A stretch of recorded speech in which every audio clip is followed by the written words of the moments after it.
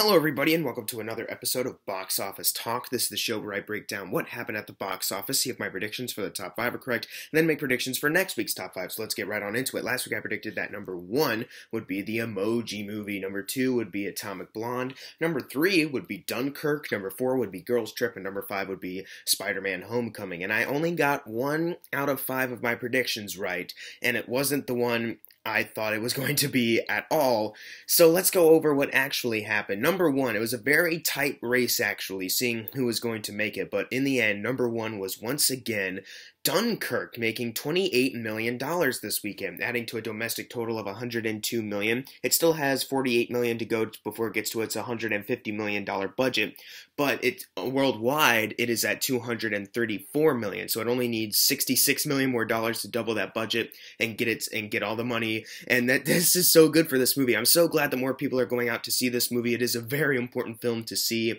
I'm honestly just so shocked that it was able to remain number 1 again this weekend due to one other movie I thought was going to make it, but I'm just so happy because this is a movie that people should actually be going to see, and people actually went to go see it instead of the one that was totally like pandering and junk. So this is so good. A movie that's all about like impressive filmmaking and direction and great performances actually is able to stick around at number 1 one more time. That is so good. Congrats, Nolan. Now we get to number 2, which is the Emoji movie. I'm sorry, T.J. Miller and Patrick Stewart. You almost made it to number 1, but you were at least $3 million shy. You made $25 million this opening weekend. Now, the budget is only $50 million, so it only needs to get to $100 million double it and be considered a success. And once it gets released like in more places and the worldwide total adds up, it's probably going to get there. Now, how does this compare to other Sony Pictures animated films?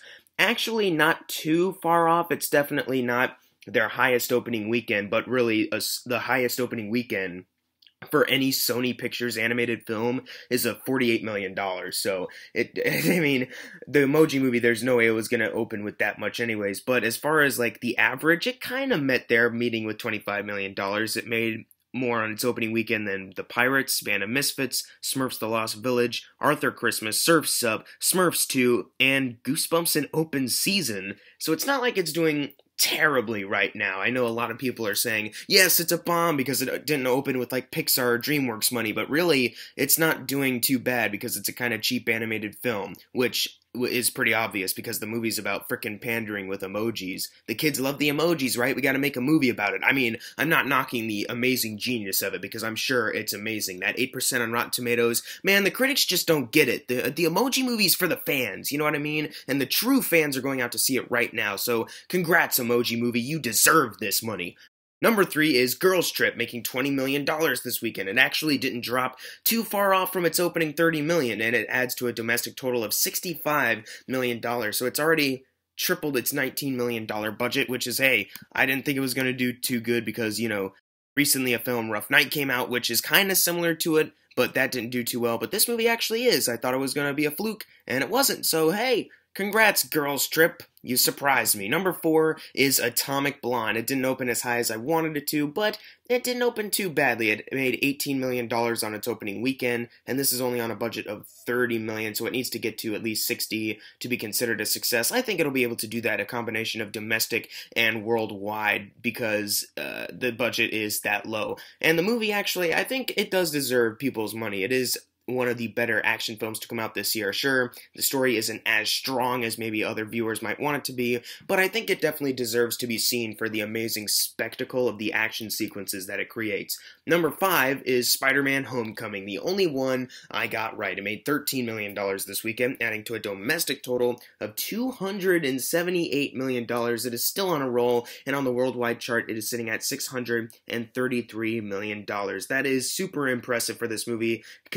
Concerning the Spider-Man film series, it just outgrossed domestically both amazing Spider-Man films, which is super good because this movie totally deserves it much better than those movies. Worldwide wise, it hasn't, it's actually the lowest grossing Spider-Man movie, but domestically, it's doing really great. And also, how does it compare with the Marvel Cinematic Universe movies? Well, domestically, it is right behind Iron Man 2. It just got ahead of Captain America Winter Soldier, and it's just right in between that. I think it's going to be able to kind of get up there in between Guardians of the Galaxy and Guardians of the Galaxy Volume 2, like somewhere in between 330 million to 380 million, something like that domestically. Worldwide wise, I don't know where it's going to land in the end. Maybe near 800, 900 million worldwide. Either way, this is still really good for Spider-Man Homecoming, and I'm not trying to make it seem like it's doing terribly because it doesn't compare to other movies, but I'm just saying as a cool comparison, it's doing pretty well for itself.